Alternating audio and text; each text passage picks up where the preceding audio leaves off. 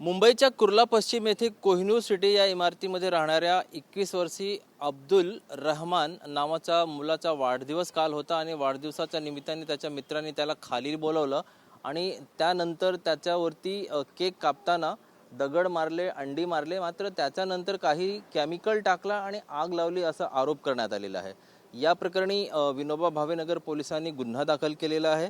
5 आरोपी जे अब्दुल रहमानचे मित्रच होते त्यांना अटक केलेली आहे। त्यांच्याकडून चौकशी सुरू आहे।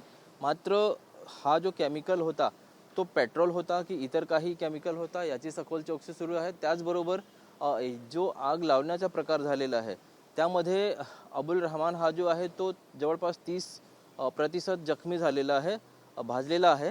तर एकंदरीत हा जो प्रकार आहे तो नेमकं काय होता, त्यामध्ये काही कटकारस्थान होता का, या संपूर्ण प्रकरणाची चौकशी विनोबा भावेनगर पोलीस करत आहे।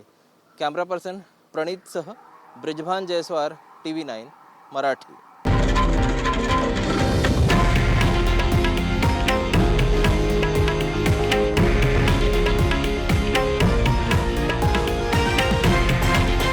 हे आहे देशातील नंबर 1 न्यूज नेटवर्क आणि आपण पाहत आहात TV9 मराठी, एकमेव।